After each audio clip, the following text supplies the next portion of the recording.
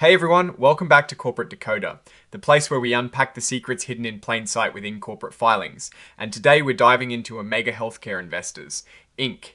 Their latest report might seem like dry legalese, but trust me, there are some interesting shifts happening behind the scenes. Especially when it comes to the folks steering the ship and their paychecks. Before we get into the nitty gritty, if you enjoy these deep dives that cut through the corporate jargon, do us a favor and hit that subscribe button. It really helps us out. And for even more exclusive insights and to connect with other finance enthusiasts, join our Discord community. The link is in the description below. So, what is the big news from Omega Healthcare Investors on January 1st, 2026? Well, it looks like a significant update to how top executives are employed and compensated. It is not a huge financial report that is usually found in a 10Q or 10K, but more of an announcement about leadership and their agreements. Think of it like updating the terms of a very important rental agreement, but for the people running the company. Omega Healthcare Investors Inc., or OHI if you prefer, is a real estate investment trust that invests in healthcare facilities, primarily skilled nursing and assisted living properties. They're basically a landlord for healthcare businesses, and their success hinges on the performance of those businesses and their own financial management. This filing falls under a section that talks about changes in directors, officers, and their pay. It is essentially a notification that there have been some adjustments to the employment arrangements of their key executive players. The core of this report is that as of the 1st of January of 2026, Omega Healthcare Investors made changes to the employment contracts for their top named executives. They extended everyone's contracts by an extra year, pushing the end date to the 31st of December of 2028. Plus, their salaries were reviewed and adjusted, which is pretty standard practice, usually tied to how well the company is doing and market rates. Now, while everyone got an extension and a salary tweak, the report highlights that there were more significant changes specifically for Matthew Gormand, who is the president, and Gail McCode, the chief legal officer and general counsel. These are often the people handling the day-to-day operations and the critical legal side of the business. So changes to their agreements can tell us a lot about the company's strategy and how they value these roles. Let's look at Mr. Gorman first, the president. His bonus structure got a pretty substantial upgrade. If the company hits its highest performance goals, his potential bonus jumped from 125% of his salary to a whopping 200%. Even at the average performance level, his target bonus went up from 75 to 125% of his salary, and at the minimum performance level, it increased from 50 to 75%. What does that mean? Essentially, the company wants to really motivate him, and they're willing to pay a lot more if he delivers exceptional results. It's a clear signal that they expect him to drive significant growth and success. Beyond bonuses, the severance package for Mr. Gorman saw a big boost too. If he were to be let go without cause, or if he leaves for a good reason, his severance pay went from being double his annual salary plus a 3-year average bonus to triple that amount. This severance will now be paid out over 3 years. This significantly increases the financial cushion for him if his employment ends unexpectedly. It suggests the company places a high value on his role and wants to ensure a stable transition, even in difficult circumstances. It also acts as a kind of golden handshake, potentially making it harder for him to leave impulsively. And it does not stop there. The restrictions on Mr. Gormand after he leaves the company are now longer too.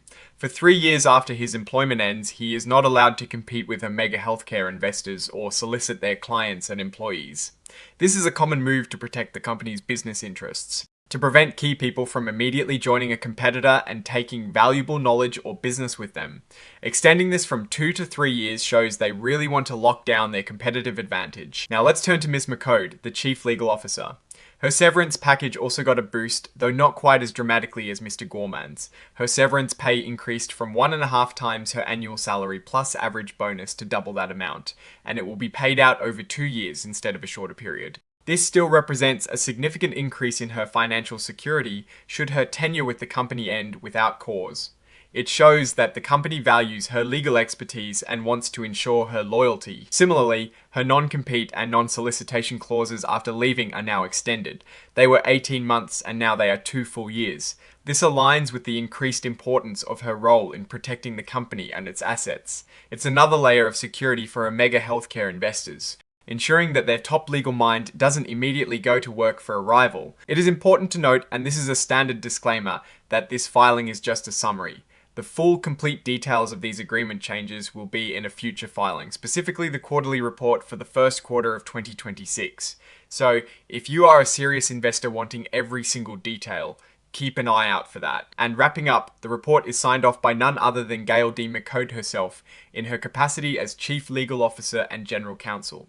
This is pretty common for these types of filings. Now, looking at these changes from a higher level, what does it all mean for Omega Healthcare investors? On one hand, extending contracts and boosting severance for key executives like the President and Chief Legal Officer signals stability and confidence within the current leadership team. It suggests the company is happy with their performance and wants to keep them in place. The increased bonus potential for Mr. Gorman is a strong indicator that the company is expecting aggressive growth and performance from its operational leader. However, these lucrative changes also come with a higher cost for the company. Increased severance packages mean a larger potential financial liability if things go south. The extended non-compete clauses are good for protecting Omega, but they can also make it harder for talented executives to find new roles if they do leave, which is a trade-off. The fact that these changes are happening now, even without major financial tables in this specific report, suggests a strategic move. They might be positioning themselves for a specific market opportunity, defending against a competitive threat, or simply ensuring their core leadership is secure for the foreseeable future. Ultimately, Omega Healthcare investors seems to be investing heavily in its executive team, betting that their continued leadership and motivation will drive the company forward.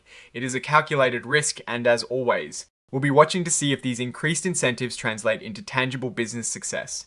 Alright, that is our breakdown of Omega Healthcare investors' latest filing.